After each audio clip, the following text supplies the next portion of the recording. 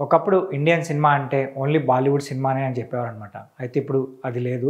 So, ఇప్పుడు Indian cinema అంటే only Tollywood సినిమానే అని చెప్తున్నారు. బికాస్ ఏంటంటే మన టాలీవుడ్ నుంచి వచ్చిన ప్రతి సినిమా కూడా వరల్డ్ వైడ్‌గా మంచి హిట్ అవుతున్నాయి. అలాగే కలెక్షన్స్ పరంగా కూడా మంచి ప్లేస్‌లో ఉన్నాయి కాబట్టి ఇప్పుడు ఇండియన్ సినిమా అంటే మన టాలీవుడ్ సినిమానే గుర్తొస్తుంది. అలాగే మన టాలీవుడ్ హీరోసే ఎక్కువగా ప్రపంచవ్యాప్తంగా గుర్తింపు తెచ్చుకున్నారనమాట. సో, ఇప్పుడు చూసుకున్నామంటే బాలీవుడ్ హీరోస్ కానీ అలాగే బాలీవుడ్ సినిమాలు చాలా వరకు తగ్గిపోయినాయి. వాళ్ళ సినిమాలు కూడా హిట్ అవ్వడం కూడా చాలా తక్కువైపోయిందనమాట.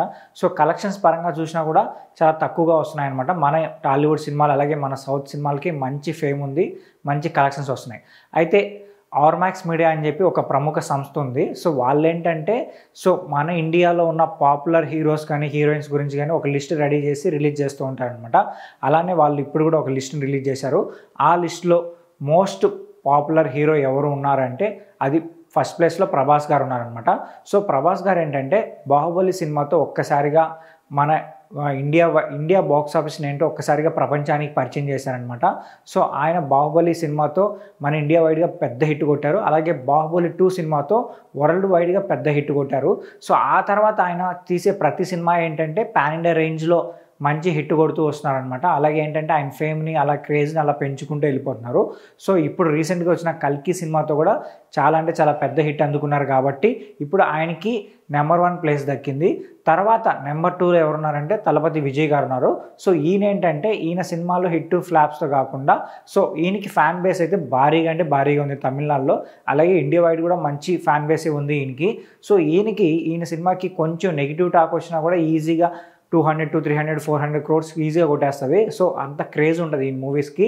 అయితే ఆయన పాలిటిక్స్‌లో కూడా ఎంటర్ అయ్యారు కాబట్టి సో, పాలిటిక్స్‌లో కూడా ఆయనకి మంచి క్రేజ్ ఉందనమాట. అయితే థర్డ్ ప్లేస్ చూసుకున్నామంటే షారుఖ్ ఖాన్ గారు ఉన్నారు. సో, ఈయన బాలీవుడ్ బాద్‌షా అంటారనమాట ఈయన్ని షారుఖ్ ఖాన్ గారిని.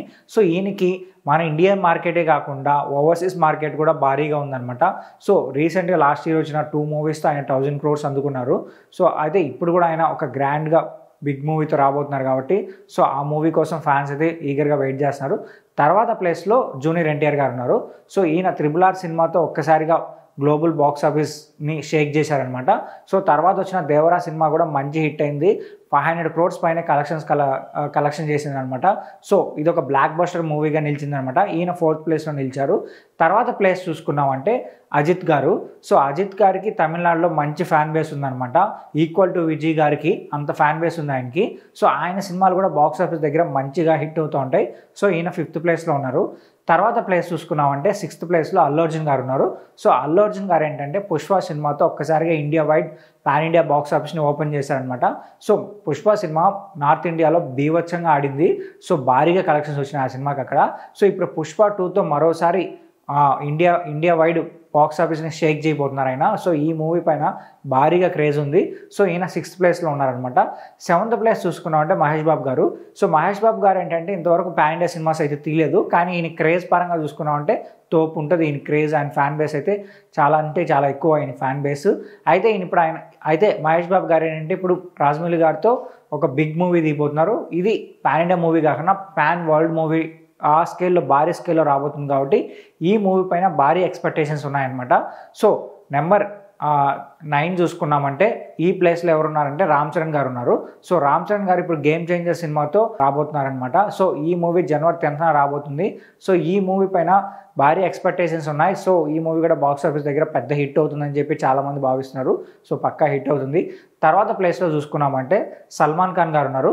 సో, సల్మాన్ ఖాన్ గారికి రీసెంట్‌గా వచ్చిన మూవీస్ పెద్దగా ఇంపాక్ట్ చూపించలేదు. బట్ ఈయన ఫ్యాన్ బేస్ అయితే భారీగా ఉంది కాబట్టి ఈయన నెంబర్ 10లో స్థానం తగ్గింది ఈయనకి. సో, ఇప్పుడు ఆయన నెక్స్ట్ ఏఆర్ మురుగదాస్ గారితో 'సికిందర్' సినిమాతో రాబోతున్నారు. ఈ మూవీ పైన భారీ ఎక్స్‌పెక్టేషన్స్ ఉన్నాయి. సో, ఈ మూవీతో ఆయన కూడా 1000 క్రోర్స్ కొడతారని చెప్పి చాలా అంటే చాలా కాన్ఫిడెంట్‌గా ఉన్నారు. బట్ చూద్దాం మరి. అయితే ఈ లిస్ట్‌లో మీరు ఎవరైతే ఉన్నారనుకుంటున్నారో లేదా ఎవరైనా మిస్ అయ్యారని మీరు ఏమైనా అనుకుంటున్నారో సో, వాళ్ళ పేర్లు కింద కామెంట్ చేయండి. అలాగే మా ఛానల్ సబ్స్క్రైబ్ చేసుకోండి.